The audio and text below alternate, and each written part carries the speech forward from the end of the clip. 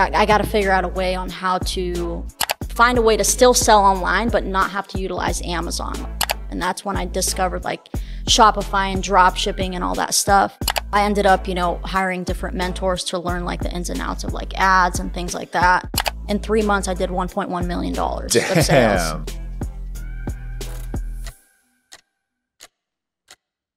Wherever you guys are watching this show, I would truly appreciate it if you follow or subscribe. It helps a lot with the algorithm. It helps us get bigger and better guests, and it helps us grow the team. Truly means a lot. Thank you guys for supporting, and here's the episode. All right, guys, Lara Rahib here. Thanks so much for coming on. Absolutely, man. Crazy story. From food stamps to doing $4 million a year now. That is a crazy journey. I don't even know where to start. But I guess, how are you making the money? We'll start from there. So e-commerce. So 2016, I started on Amazon, actually. I had like a mission to like retire my parents because they were still working. My mom had like chronic arthritis. My dad was sick, but they were still working because they needed money. So I ended up dabbling with multiple businesses. Like I tried like Kindle publishing, you know, a cleaning business, tutoring business, like all these different things, but nothing like made the money that I wanted it to make. And then I was scrolling Facebook, and then I came across like an ad for like e-commerce, you know, and then I was like, oh, let me try this, you know.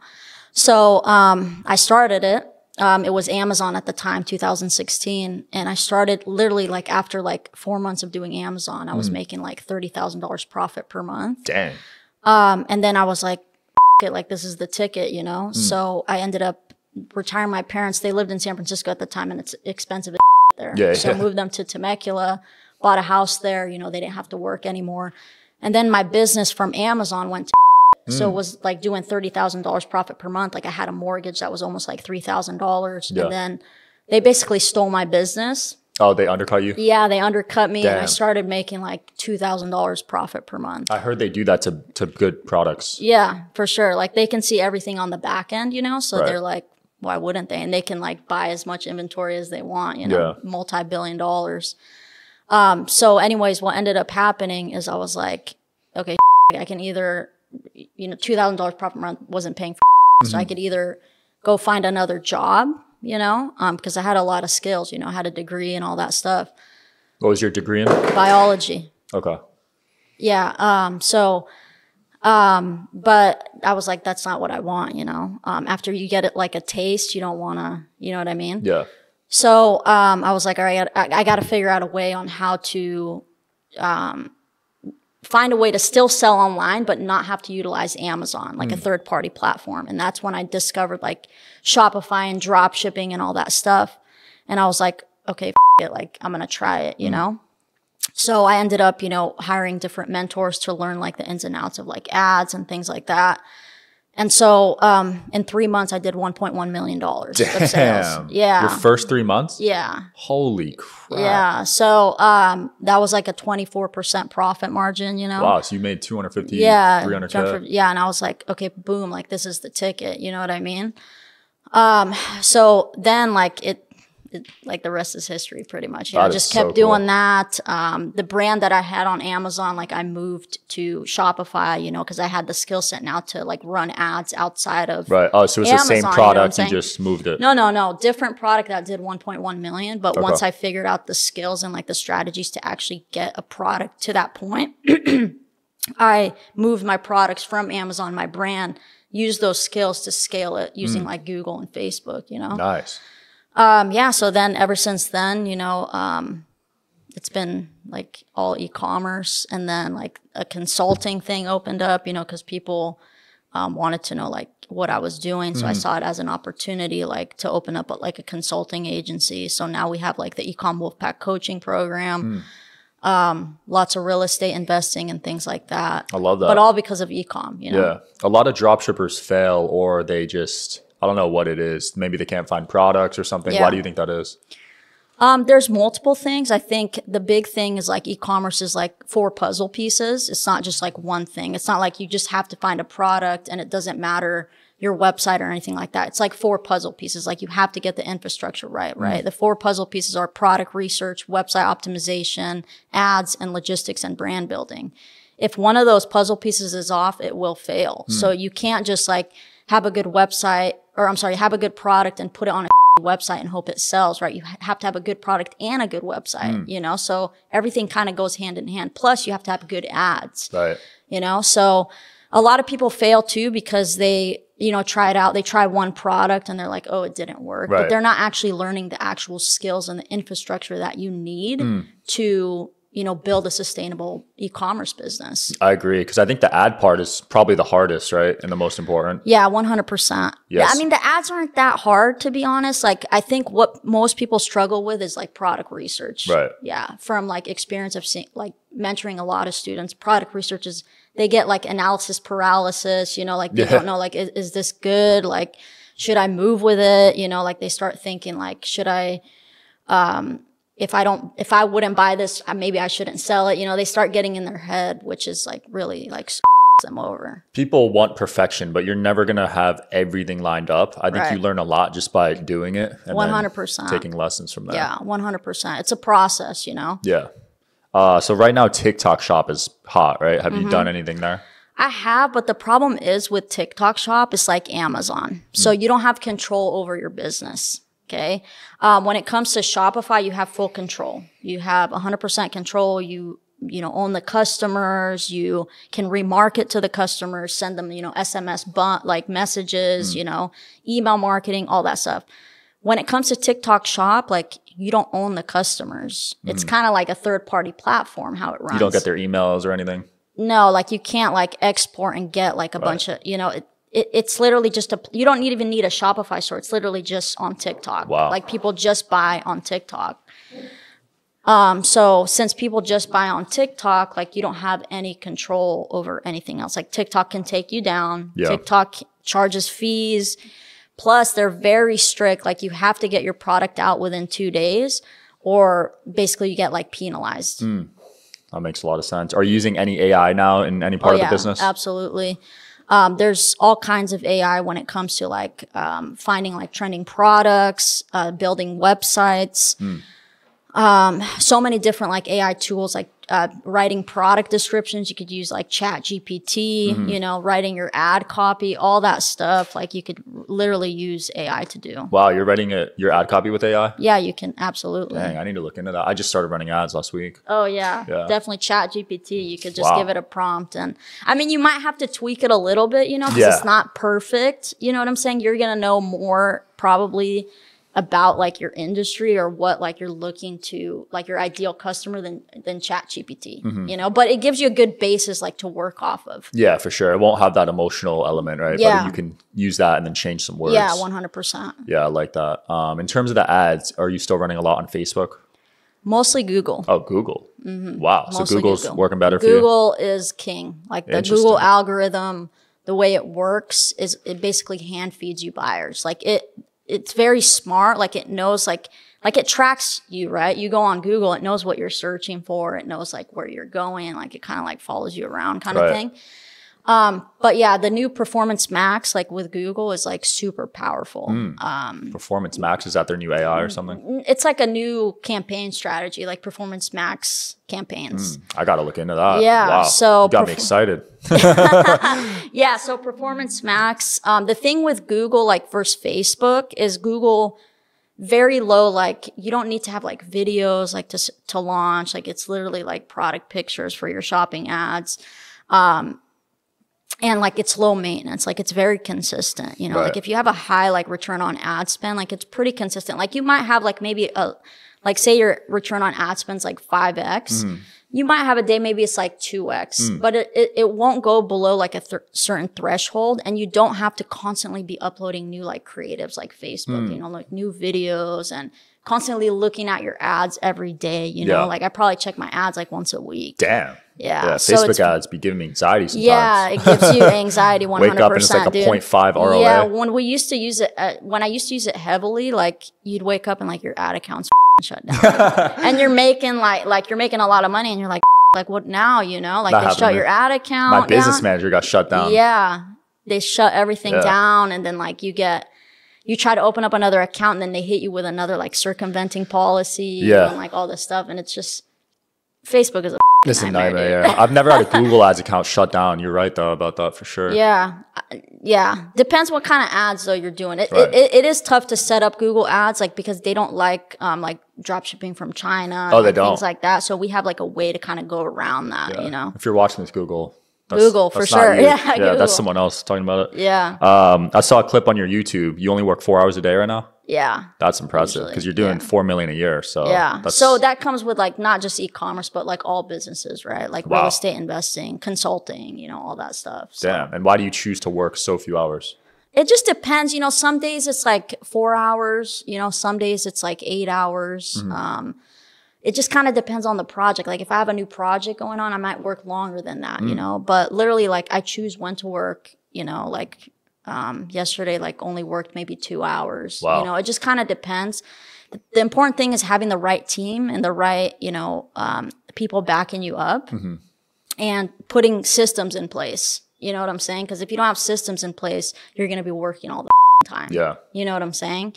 That's why we get a lot of people, you know, like doctors, nurses, construction workers, literally everything you can think of that, like, they make good money, but they literally have to show up. Like, they can't just travel and make money. Like, they have to physically be at a job to make money. Yeah, there's no location freedom. There's no location freedom. Yeah.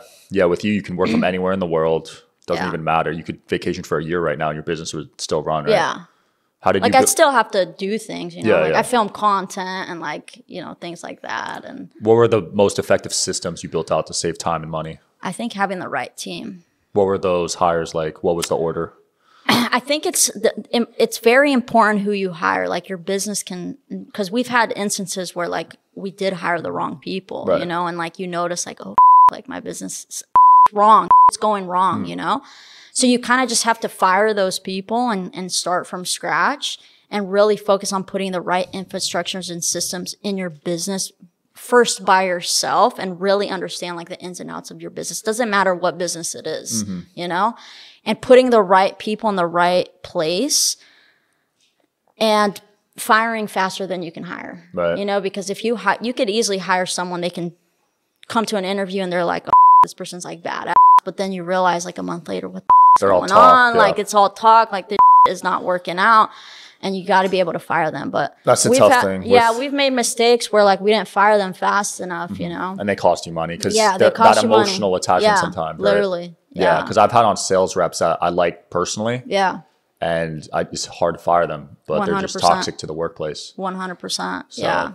Yeah. Same for with our consulting, like, firm, you know, like, we've had, like, salespeople and, like, you have to have the right culture. You know what I'm saying? Because one person can really, like, bring the entire culture down, and, like, your business, like, everyone, the energy, you know what I'm saying? Like, can make people, like, you know, like, I want to work for you, not put 100% in, like, energy feeds off energy. You know what I mean? Did you always have a big drive to make money growing up? Yeah, my dad, he was always, like, he owned businesses. It wasn't like online businesses, but it was brick and mortar. I'm Middle Eastern, so, like, we kind of, like, that's what they do. Right? That's all they do, you know. Those delis. Like, you go to the 7-Eleven down the street is probably, like, some Middle Eastern. So, like, I've always had jobs. You know, I was a real estate agent, worked sales jobs, science jobs, all that stuff. But the thing that got me always is I never, like, got along with my bosses. And I always realized too, like, no matter what job I have, like, I'm always going to have to show up to make money. Right. No matter what it is, whether I'm working in a lab, I'm a real estate agent, you know, I'm working a sales job, I have to be there. You know what I'm saying?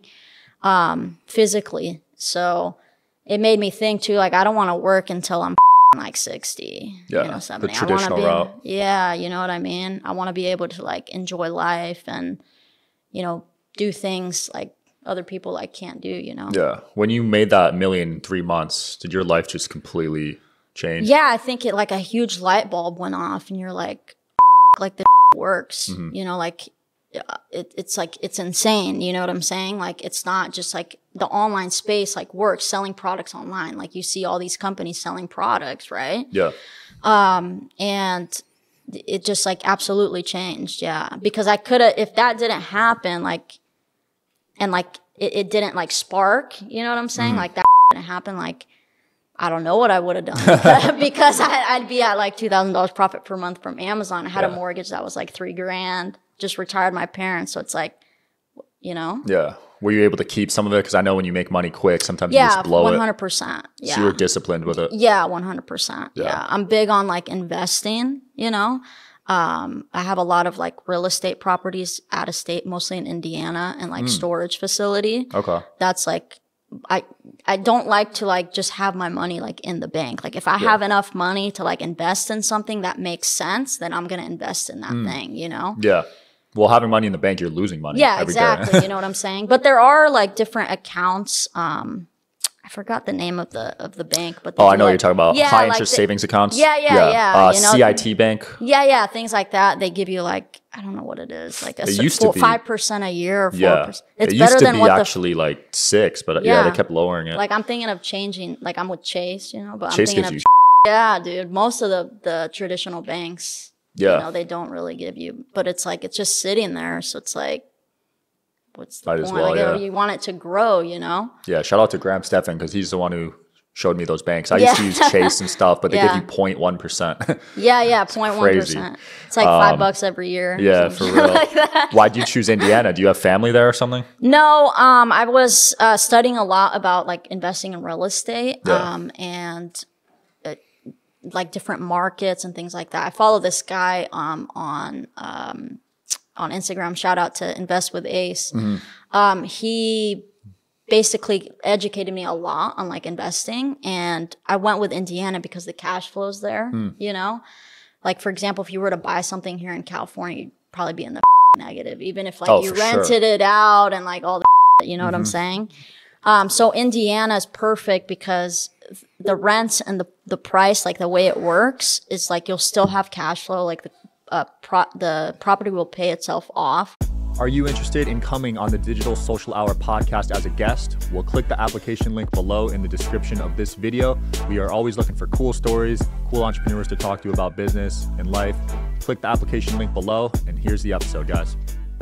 With the renters, plus you're going to have like that equity like increase every year. Smart. Yeah, because Indianapolis is popping off a little bit. So if you get a spot around I usually don't invest in big cities because there's too much competition with like investors. But if you go like an hour out of like a city, you know, like say an hour out of Chicago or like an hour out of Indianapolis, that's like where the money's at. Got it. Yeah, the suburbs. Yeah, because cities are like, try investing here in LA. Oh, you're screwed. And even Vegas is tough. Like, you got to go kind of outside. Yeah, Vegas used to be good, though, man. It used if to you be. got in, like, a long time ago, man. Yeah. Same with Arizona. Yeah, the houses I live in now were like $400K. Now they're 1.2 mil in like 10, 15 years. It's insane. You triple your money. And it's pretty safe, too, because you could take loans out against the house. You could do a bunch of tax 100%. stuff. Yeah. So real estate's definitely a safe investment. Yeah, for sure. HELOCs are great. Like equity line of credit, you know? Yeah. I've used that a couple of times, like with the primary residence. You know, you get a line of credit, you use it to buy a property and fix it up, and then you refinance with the bank, and they give you more than what you put in, and then you just pay that HELOC back and take that money. That's smart. And do it again, you know? Yeah, that's like a money printer. Yeah. That's cool. And you said you had some storage facilities? Just one. I just started doing that. Purchased it in November last year. Going good so far. You know, it was a learning process for sure, like getting the right systems and things in place. Everything's pretty automated, though, with the storage. Nice. Yeah. So like you don't handle... No, I have someone over there that does like the boots on the ground. And then I have like I hired a company called XPS to basically do like the call, like when people call in, like call center, and like management and things like that. Nice. Anything else you're investing in other than real estate? No, I tried crypto. It was a nightmare. Really? It's up right now. Have you checked it? Dude, I don't want to. No, I didn't sell. I lost like probably like 20 grand back in like 2017. Oh, what'd you buy? What coin?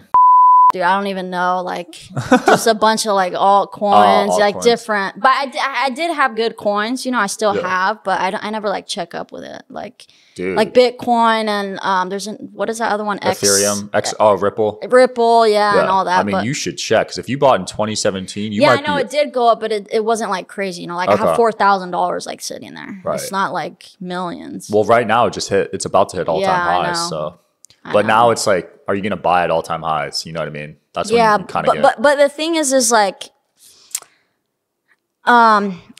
getting good at one thing instead of like diversifying too much is like the way to go. Because like when people start like diversifying too much, like, okay, I'm in Bitcoin and I'm in stocks and I'm in real estate and I'm in this and I'm in that, I'm in that, like you lose your focus. You know what I'm saying? But if you put your 100% into like one thing, like the way I did like with e-commerce, put literally 100%, like you'll really get the reward, you know? That's what I think. You know? I agree. For me, it's like e-com and real estate, you know? That's like the big thing. Like I don't really care about like Bitcoin, you know, I want to put 100% of my focus, like where I know I can like excel and where I know like it works, you know, instead of like dabbling in different things and losing my focus while I'm dabbling with those different things and missing out on opportunities with the things that I do know. You know? I agree. Because when I made a ton of money off crypto, I invested in restaurants, I invested in Forex, I invested in random watches, and they all went down. That's what I'm saying. Like you get like money happy, you know, and you're like, where's my next like thing? Where am I going to make my next like $1 million? Where am I going to make my next, you know, $500,000, you know, and you get like money, like you want to put it here and here. People are talking about this and you get like FOMO and you're like, and let me put it here, you know, but it doesn't work that way. No, it doesn't. I lost you know pretty what I'm much saying? all of it. Yeah. You got to stick with what you're good at. 100%. And put 100% focus. And now you're getting really good at the coaching stuff, right? That's how I found out about you. I got an ad. I was like, wow, let me hit this person up. Yeah, for sure. So I started consulting back in 2018. So a lot of people like from the Amazon people, like we had a big group, like people like doing Amazon. Everybody's business like went. Wow. It wasn't just me. And then they saw what I was doing. They're like, what the you know, help me out. And I saw it as like being an entrepreneur, like I saw it as an opportunity. Why wouldn't I open up like a school, like a consulting agency? And that's what I did. You know, I started like coaching, you know what I'm saying? And I came up with the Ecom Wolf Pack coaching program. So I'm known as like the Ecom Wolf. And so the Ecom Wolf Pack, you know? So we started doing that. I had a student that was very, very successful, and me and him just clicked, and we actually ended up being like partners. Nice. Shout out to Yamil Kahat. So me and him now have, you know, scaled also like our coaching business. Incredible. To like $5 million a year. Wow. So that's so cool. And being able to help thousands of people make a living, whether it's on the side or full time, 100%. must feel great because you're saving families. Awesome. Yeah. And we donate a lot to like Make-A-Wish Foundation. Yeah. So last year we donated like $80,000. Damn. Why are you passionate about that one specifically? Just because it's like kids like going through like illness. Like, could you imagine like being a kid, like having cancer or like a disease where like you actually can't be a kid. Like you're literally in and out of the hospital 24/7 or like 5 days a week, whatever it is. You can't like enjoy life, and like just being like always in that like really takes a toll on the kid and their family. And being able to like grant them with one wish, whether they want to go to like Disneyland or whether they want to, you know, go meet Taylor Swift or whatever the it is, you know, could you imagine like the shift when they get that wish and like their mindset or like their life, them and their family? It makes a huge difference. I love that. Yeah, I'm in the process of registering my dog right now to be able to visit sick kids at the hospital, because that can make their day. 100%. Yeah, dogs are super healing. Yeah, it's a big thing. My dad passed away from cancer in 2021. Oh, sorry to hear that. Yeah, so it's like, I mean, he lived a good life, you know. He was 80 at the time, but like, can you imagine like someone being like 5, you know? Yeah, that's like, so it's crazy. Just crazy. Yeah, and I know you grew up in a kind of rough environment, right? Your parents were always working, and you said they were both sick your whole childhood. No, not whole childhood. Just like, as you know, they weren't sick. Like, my mom's really healthy. It's just like working like too much. You know what I'm saying? Yeah, like my dad had like different like stores, like gas stations, things like that. And he was there all the time, right? Morning till evening or night, you know what I'm saying? So they were working all the time, you know what I'm saying? Like there wasn't like someone they didn't have like employees. It's hard to trust people, you know, things like that. So it was just, they were working a lot, you know. Did you go Oh, sorry. Go ahead. They gave us a 100% good life. Nice. 100%. That's good. Did you end up going to college, or was that? Yeah, I did. I got my degree in biology. Oh, yeah, you said that. I wanted to actually be like a forensic scientist. Like that was my like passion, like goal, like solving crimes.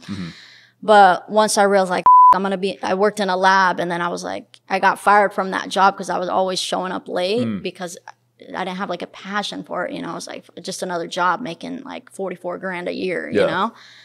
This was back in like 2010. But then I thought like, dude, I'm going to have to be in a lab till I'm like 65, you know, and like go to court and like do I was like, I don't know. That's just not the I wonder how much forensic scientists make, because that is an important job. You're solving murders. I have a friend that I went to college with that does it here in LA. Actually, he makes good money. I mean, probably like I don't know 100% sure, but I would probably think 80, 90. I mean, it's not like in crazy. LA. That's nothing. Yeah. I mean, in LA at least. Yeah. If you're in the Midwest, that's like for baller. Sure. Yeah, you know what I'm saying. But man, if you're going to Erewhon out here every week, it's expensive, but it's good, dude. It is really good. Can't deny that.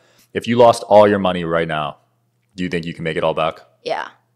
Wow, 100%. the confidence there. I love it. Yeah, 100%. I talk about this actually a lot. Like, if I were to lose like everything right now, like what would I do, you know? Yeah. It's really easy. I would open up 0% interest credit cards, you know, no interest for 12 to 15 months. Don't you need good credit for that though? Yeah, but did I lose my credit? Oh, true. Okay, so we're assuming the credit's 800. All right. Yeah, no, I mean, you can get a 0% interest credit card with like 6 something credit, you know? But if I lost everything, you know, but I still had my credit, I would get a 0% interest credit card and start building my business from there. Yeah. You don't need a lot of money to like build an e-commerce business. You could literally start your ads with like $10 a day on Google. Wow. Yeah. It's That's not cheap. like a... And the product is drop shipped, so you don't need to spend any inventory costs. Yeah, 100%. No inventory costs. Eventually, you might want to get inventory, you know, just because, you know, you have more control and you can brand it the way you want and like things like that. But I wouldn't recommend like getting inventory right off the bat. You know, that's the best way to do e-commerce is to mitigate risk as much as possible. Yeah. And do it where you're testing the product, make sure it sells. Once you're getting like 10, 15 orders a day, go ahead and buy inventory, because once you buy inventory, you're going to increase your margins too, because you're buying in bulk, you know? Absolutely. So what were the biggest challenges scaling for you?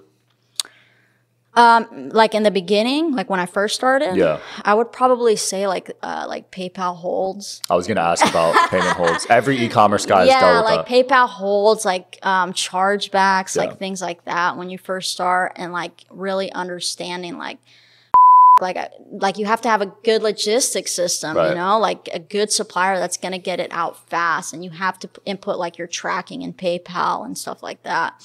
So that was like the biggest challenge, because like you make a bunch of money and then PayPal's holding like $50,000 and you're like how am I going to buy more product, or how am I going to do this, you know? But eventually like they'll release the money, but avoiding that is super, super crucial. It's hard to avoid the PayPal one though. You just got to get, you got to put tracking numbers in PayPal. You get an app called PayPal Track, and they basically automatically put your tracking numbers from Shopify into PayPal. I didn't know that. Yeah. Is that a new thing, or was that? No, it's been around. No one tells you that. So. Wow. Yeah, I had PayPal holds, Stripe holds. Yeah. Square's holding my money right now. From what? Like, what were you, like e-com? Yeah, e-com. E-com. But now Square's holding my money. I haven't had a single refund, single chargeback. I'm like, are you serious? Like, who knows what they're doing with that? Yeah. Sometimes I think, like, I used to think, like, PayPal hold your money, like, they take it and invest it. And then when they're done, like, they give it to you. No, they literally probably do that, because banks do that. When you 100%. deposit your money in a bank, they use it 10 times. Yeah, it's crazy. Yeah, they lend it out to 10 different parties. It's insane. I mean, banks are a money printer. That's what we got to get into. Yeah. But you're at the point now where, is money even the main thing? No, not really. Like, you get to a certain point. Obviously, who doesn't like money, right? Yeah. Like, I mean, you'd be lying and full said you didn't, sure. right? Because it's not about the money. It's about what the money provides, right? Like the freedom, right? If you didn't have money, you don't have the freedom, right? You don't have it's like money's like an accelerator, right? It allows you to do things that. So is money even the main thing for you right now anymore? No, money, of course, like you would be lying if you said like you didn't like money, right? Who doesn't like money, right? But it's not the paper, right? It's what the money provides. It's like the freedom, the money's like an accelerator, right? It allows you to do things that you didn't think you can do, right? Like retire your parents or, give someone, like donate money, like for a good cause, things like that. I don't think it's so much now, once you get to a certain point, like a certain level, it's not so much like about the money that you think about. It's like what the money can do for you, because it's not, people get fixated on like a certain amount of money, like in the bank, like I want to have $1 million in the bank. Like, well, that's really not going to do anything for you. Like, yeah, you're going to have a lot of money, but you need to take that money and do things with it. Yeah. But the point is like, no, it's not like the money. It's more like changing lives and like doing things where I don't want to die and be remembered like, oh yeah, I remember Lara, like the one that made a lot of money. Yeah. Like I don't really want it. I don't care to be remembered like that. I want to be remembered like, oh, Lara, yeah, dude, like she changed a lot of lives. The impact. Like she impacted a lot of people, that's what's important to me because, like if you think of people that have passed away, like Martin Luther King and like things like that, like people think about what he did, to impact and to like change people's lives, not like how much money he made. That's exactly where I'm at too. Because so many people have money. Yeah, like anyone can make money. You know what I'm saying? It's not even like hard. A flex anymore. Like, yeah, like and I'm not saying like you can't like go out and buy things you want, but just making sure like you're not like overly like going crazy, because that really gets to your head. Like a lot of people like people that don't have money even like they go and like buy a new BMW or buy a new whatever Mercedes to flex, right? But they don't have any money. And it's like there's also people that have money that do things like that to like show like they have money. Yeah. And I'm not saying like it's bad to like buy luxury things. Like I've bought luxury, like if you enjoy it, sure, treat yourself. But it shouldn't be like the main focus because you'll lose yourself in that. You know what I'm saying? Like your life is basically pointless. Like you're just making money to what? Like buy like, you know what I'm saying? Yeah. Like change a life, like do something that's going to actually impact the world, like impact people. I love that. Yeah, I love that so much. 100%, That's why I started the podcast, honestly. Yeah, to change 100%. some perspectives, impact lives. I get messages daily now saying like, you've changed my life. Yeah. People come up to me. 100%. It's so cool. That means more to me than to make money, honestly. Yeah. And when people like recognize you like in public and like, and they're like, dude, like I love your content. I don't know if you get that, but sometimes I get that. Yeah, sometimes, but. No, but like people come up to you, and they're like, dude, I love your content. Like I've learned so much, like blah, blah, blah. Like it's like, makes my day, like, honestly. That's awesome. And like you sit and talk with them, like get to know them a little bit. You know what I'm saying? It's cool. For sure. Lara, it's been fun. Anything you want to promote or close off with? Yeah. I mean, if you're looking to, build a 6-7 figure e-commerce business, go ahead and follow me at the Ecom Wolf. Send me a DM or go ahead and go to the ecomwolf.com. We'd love to help you get to 6-7 figures in your e-commerce business. Whether you're a beginner, intermediate, go ahead and reach out. Would love to help you and change your life. Love it. We'll link it in the description. Thanks for coming on. Thanks so much, Sean. Yeah, thanks for watching, guys. See you next time.